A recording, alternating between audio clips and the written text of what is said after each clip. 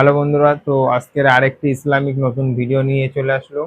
তো আপনারা এই ভিডিওটি দেখবেন, আর এই ভিডিওটি দেখার পরে যদি তাহলে ভালো লাগে তাহলে অবশ্যই লাইক ও শেয়ার করবেন।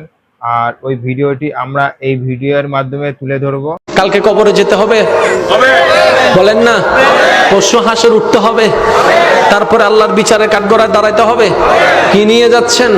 কোনো কিছু নাই। কি দিবেন আল্লাহকে? দেওয়ার মতো কিছু নাই। কি আছে দেওয়ার মতো? হিংসা আছে, অহংকার আছে, দুশমনি আছে, অন্যের জায়গা লুণ্ঠন করা আছে, অন্যের ভাগ নেওয়া আছে, অন্যের সম্পদ মেরে খাওয়া আছে, কারো মনে অন্যায়ভাবে কষ্ট দেওয়া আছে। এগুলা ছাড়া তো আল্লাহকে দেওয়ার মতো কোনো কিছু, তো বাঁচার তো কোনো উপায় নাই।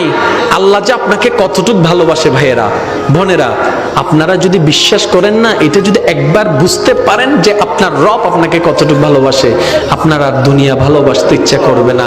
তখন ইচ্ছা করবে মন প্রাণ উজাড় করে আপন রবকে ভালোবাসার জন্য। বলেন না সুবহান।